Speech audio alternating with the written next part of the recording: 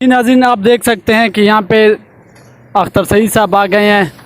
رکے سر رکے سر یہ بتائیے یہ سمندر میں کہاں جا رہے ہیں؟ یہ کشتی لے کر آئے ہیں کہ نہیں؟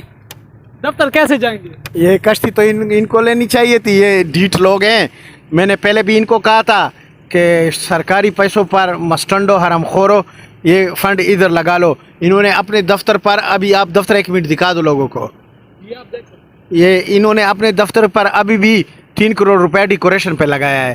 تو میں اپنے ڈیرے والوں بھائی بیٹوں کے لیے اور اپنے پاکستانیوں کے لیے یہ انشاءاللہ بارش سوکھ جائے یہ نالا میں کل یا پرسوں سے بناؤں گا. کیسے؟ کس کے فنڈ سے؟ اپنے ذاتی فنڈ سے بناؤں گا. بنائیں یہ نالا میں سر بناؤں گا. وعدہ ہے میرا. آپ دیکھ لو گے, آپ پھر ویڈیو بھی بنا لو. لیکن ایک میرا میسج ہے پاکستانیوں کے لیے کہ بزدلوں کا نہ یہ جہان نہ وہ جہان, اور بزدلوں کو اللہ تعالیٰ نہ پسند کرتا ہے. بہادر بنو, دلیر بنو, جرت کرو.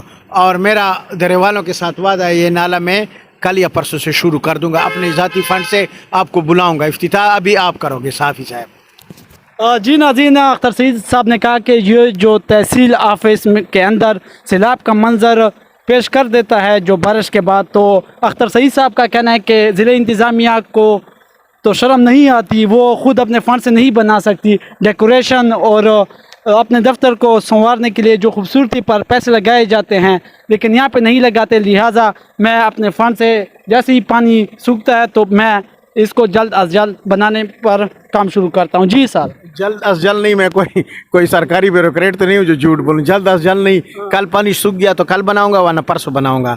کام شروع کر دوں گا. میرے ڈیرے وال بھائی بیٹے بجائے کہ کشتیاں لائے تو یہ میں ان کے لیے بنا رہا ہوں. ویلکم.